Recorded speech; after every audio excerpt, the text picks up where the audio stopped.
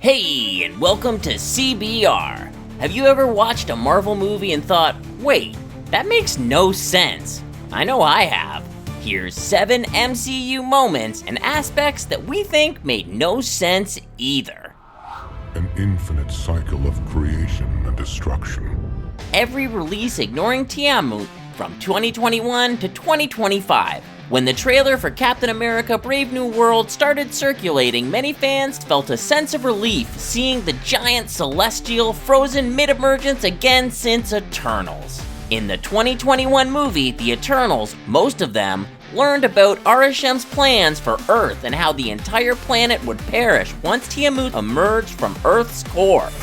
The big payoff in The Eternals was Tiamat's emergence being neutralized and the Celestial essentially becoming a fossil on Earth. Tiamat had already had his head and one hand emerged, peeking out of the Indian Ocean.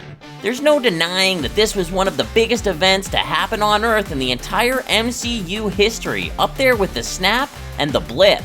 Well, several shows and movies often address the consequences of Thanos' actions since Avengers Endgame. The MCU has completely ignored what happened in the Eternals since 2021. The huge omission undermines the interconnected narrative the MCU proposes, reducing the weight of such a monumental event. Hopefully, with Tiamat's reappearance and Sam Wilson's first solo Captain America movie in 2025, this plot hole is finally explained. Come and get me! Hawkeye Left Out of Infinity War. Clint Barton's notable absence left many scratching their heads.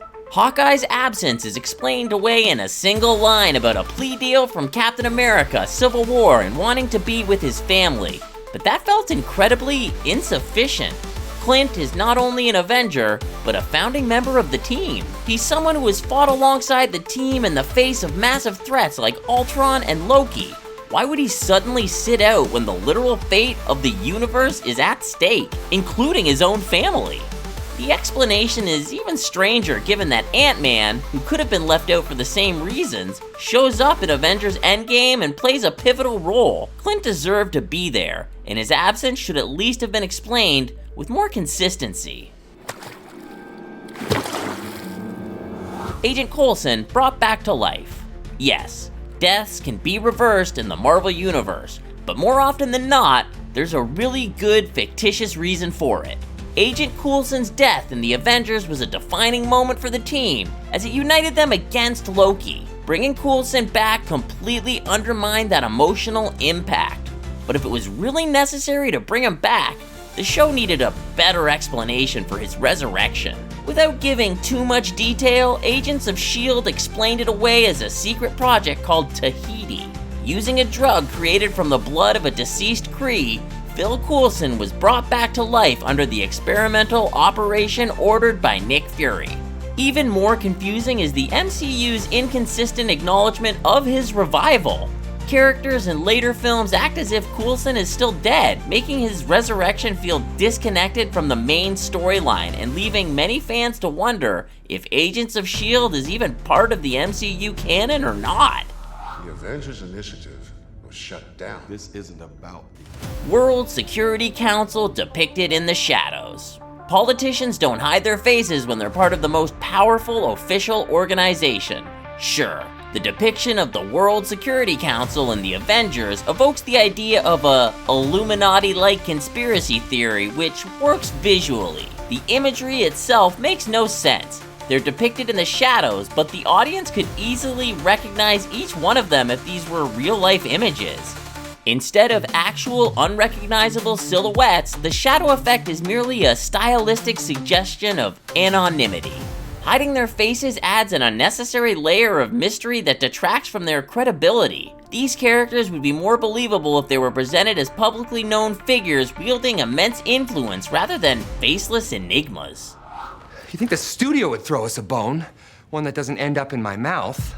Deadpool's unseen queerness. Deadpool is known as the Merc with the Mouth for a reason.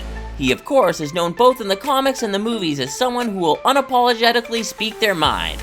However, Although the movies are R-rated, they don't really show all the character experiences in the comics. One thing in Deadpool and Wolverine that made no sense for comic book fans, for example, is having Wade Wilson talk about being pansexual while also creating an entire bromance undertone for the movie, but never truly depicting Deadpool in a romantic entanglement with anyone other than one woman for 3 consecutive movies. Although, you could consider his feelings for Colossus.